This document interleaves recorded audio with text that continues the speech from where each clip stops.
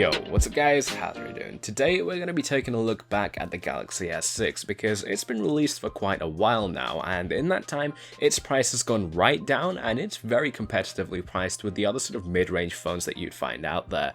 We're going to be taking a look at it, seeing if it's worth buying, but more importantly if it's worth buying over those other phones. So yeah, stick around till the end and hopefully I can help you make your decision. So to start things off, this phone still definitely packs a punch. It's got a very good design and I like to think that it's quite modern. You know, all of the good smartphones out there that are going for a good looking design are adopting the similar sort of glossy feel, rounded edges, sort of antenna lines that look nice, and any color you get is going to look good for this phone. It's most popular in the gold and white color, I'd say, and those are two of my favorites. My favorite is probably the white because the gold just looks a little bit weird, but the design is still definitely very good, and I'd give this a solid 10 out of 10. You know, it looks as good as, you know, new phones like the Note 7, and that's for a good reason. You know, these designs work, and I'm sure you'll like it too. Moving on to the screen, it's got a 5.1-inch Quad HD Super AMOLED screen. That's a bit of a mouthful, but to sort of break that down, that means it's got a 5.1-inch screen, which is fairly big. Other phones at this price range can get a little bit bigger in terms of their screen size, but nothing really more than 5.5 inches. This is still going to be really good, and since it's Quad HD, it's going to give you a great viewing experience. When you're doing things like watching videos on YouTube or just any other type of media consumption, it's going to work great.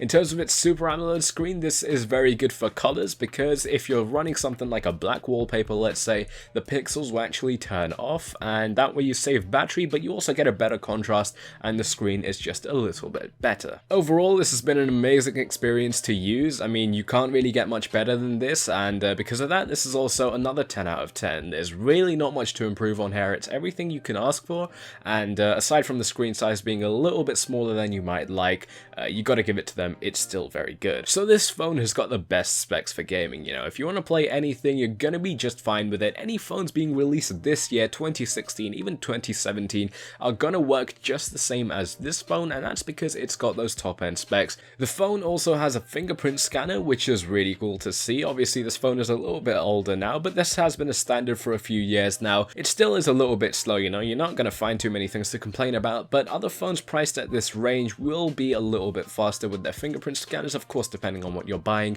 but that's something to look out for. You know, if you want to just pull this phone out of your pocket, immediately get your thumb on there, you're going to have a bit of a hard time doing it. The camera is also really good, you know, this is top of the line. It works really well, and it's going to take very high resolution pictures. You can obviously choose it goes up to 4K even for video, so that's really cool to see. And when zooming in, you're not even going to lose much detail, so that's definitely very, very good to see. You know, a lot of the phones, when you look at the picture and it's not zoomed in, it's going to look good, but as soon as you do start zooming in, you're going to lose a lot of quality. The S6 holds up to it. It's not going to be perfect, but it's better than other phones at this price range, and it's definitely got a very good camera. To give you a sort of comparison, the S6 Edge, which is still very popular, and the S7 both have very similar cameras to the S6, so it's really good. The front-facing camera is fine, but I've found that the image is a little bit soft. It's not something I'm a huge fan of. You can obviously tweak your settings and get that to be a little bit better, but that's just what I found of it. I'm not such a big fan of it, but it's still very high res, not going to have any issues with selfies and things like that, and compared to other phones at this price range though, it's going to be better than all of them.